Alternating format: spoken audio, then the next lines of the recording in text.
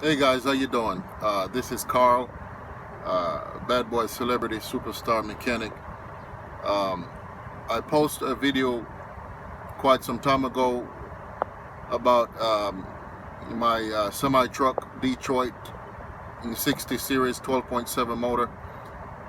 Some of you guys wanted to know some questions about the hard to start situation, and I expounded clearly that it was the cam and the crank sensor that's on the side, the driver's side of the motor.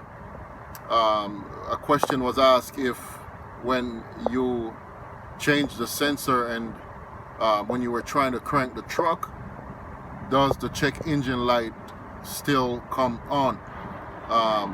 In this case, no. My check engine light did not stay on. It did not come on. Everything went to normal as soon as I changed the sensors on the side of the motor. So to answer your question, the answer is no. The check engine light should not stay on. You might want to check some other components if your check engine light still remains on. One of the issues that I also came across was the power wire that runs from the battery to the ECM or the computer. Check that wire. Make sure that there is no cracks in the wire or any breakage, because that will also prevent you from starting also.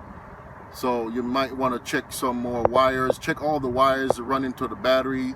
Your truck, you pretty much know already that carries 4 batteries. So you might want to clean the terminals, make sure everything is clean and tight, and check your wires. Crawl under the truck. You might get a little dirty, but crawl under there and check all the wires, because if you don't, when you lose power to your ECM, the truck will shut down.